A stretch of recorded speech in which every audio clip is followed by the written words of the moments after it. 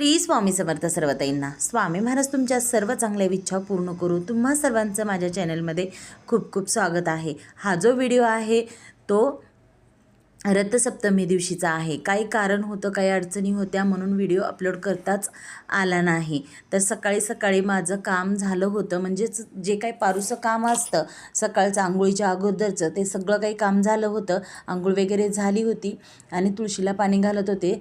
सूर्य निघाला होता, खूप चांगला वरी आला होता, म्हणजे 6-7:30 वाजले होते। तर सूर्यदेवाला अर्घ्य दिलं, तुळशीला पाणी घातलं।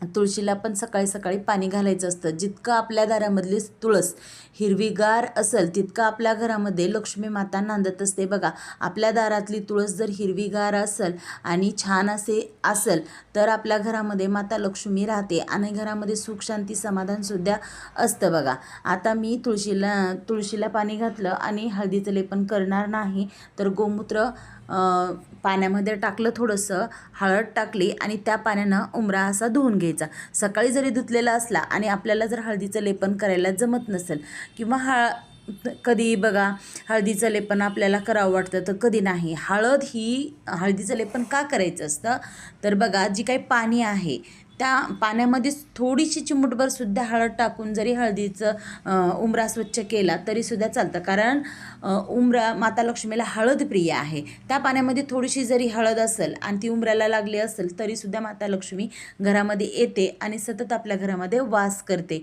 आणि ती हळद माता लक्ष्मीला पण प्रिय आहे आणि ती हळद जर त्या उंबऱ्यावर असेल तर बाहेरची निगेटिव्हिटीसुद्धा घरात येत नाही। बघा, त्यामुळं ती हळदीचं पाणी आणि त्या हळदीच्या पाण्यानं उंबरा धुवायचा असतो किंवा हळदीचं लेपन करायचं असतं। हळदीचं लेपन नाही झालं तर थोडं असं हळदीच्या हळदीचं लेपन करायचं, किंवा हळदीचं लेपन नाही करणं झालं तर असं पाण्यामध्ये हळद टाकून उंबरा स्वच्छ करायचा आणि आपले रांगोळी वगैरे सगळं काढायची, उंबऱ्याचं पूजन करायचं, हळदी कुंकू अर्पण करायचं आणि फुलं अर्पण करायचे, धूपदीप ओवाळायचा आणि कापुराची आरती करायची।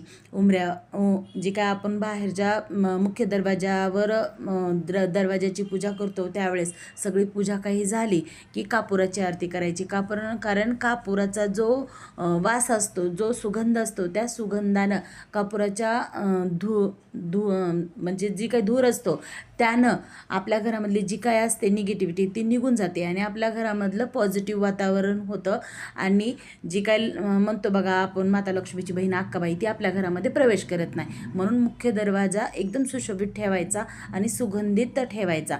तर माझी उंबऱ्याची पूजा करून घेतली मी आणि त्यानंतर बघा माझी देवपूजा करायची होती। मला सकाळी सकाळी सर्वात अगोदर मी तुळशीला पाणी घातलं, उंबऱ्याची पूजा केली आणि देवपूजा करून घ्यायची होती, कारण मला डब्बा वगैरे करायचा नव्हता। म्हणून मी आज काय केलं, सर्वात अगोदर माझं हे सगळं काही देवाचं होतं ते उरकून घेतलं, कारण मुलं शाळेत जाणार नव्हती, सुट्टी होती, त्यामुळं मी अगोदर पूजा करून घेणार होते। नाहीतर दररोज कसं असतं माझं, अगोदर स्वयंपाक असतो आणि मग पूजा असते, पण आज कसं अगोदर पूजा करून घेतली आणि मग परत पुन्हा स्वयंपाक करणार होते।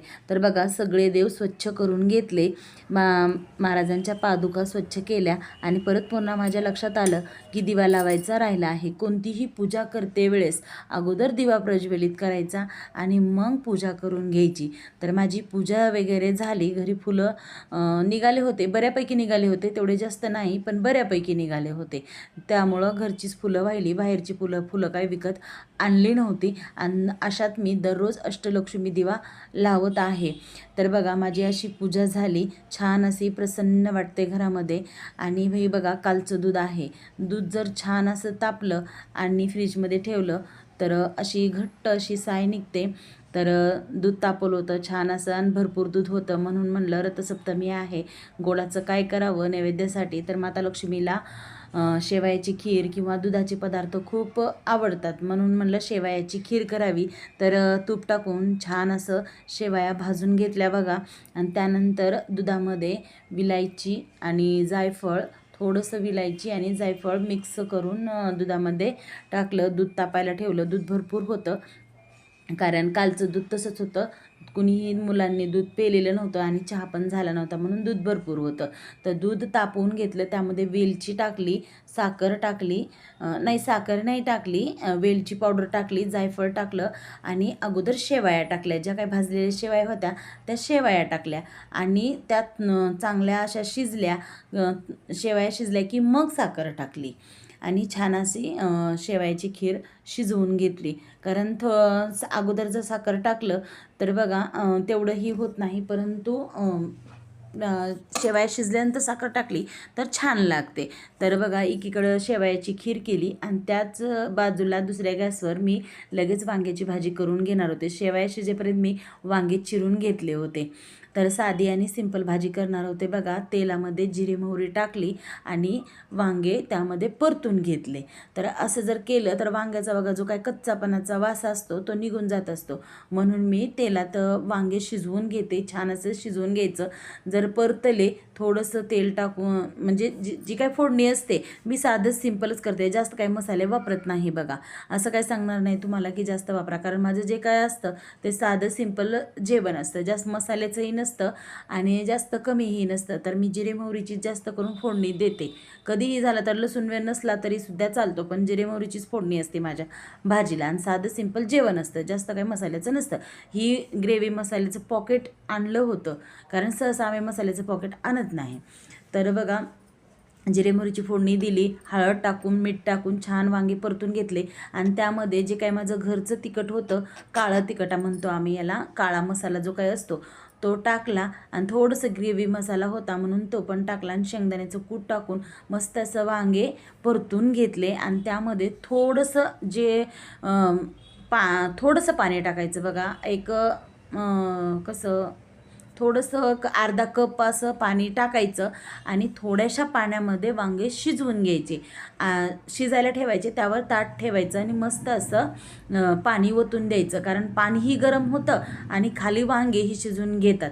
शिजून मस्त होतं वांगं. बघा तेल किती छान असं सुटलंय, भाजीला छान असं तेल सुटलंय आणि वांगे पण शिजलेत. आता जे काही गरम झालेलं पाणी असतं ते त्या भाजीमध्ये ओतून द्यायचं. छान भाजी लागते, कारण कसं बघा जास्त मसाले टाकले आणि आपण त्या भाज्या जर खाल्ल्या तर आपल्याला गुळणी येते. बघा गुळणी आली आणि ते नाकावाटी जर आपल्याला उलटी झाली तर ते श्वासाच्या नलिकेमध्ये सुद्धा जातं. आता माझी पण भाजी कसं तेलकट झाली, परंतु ही जी काय काळा मसाला माझा असतो तोच टाकते मी आणि सहसा जास्त काळ्या मसाल्याच्या भाज्या करत नाही, साध्या करते.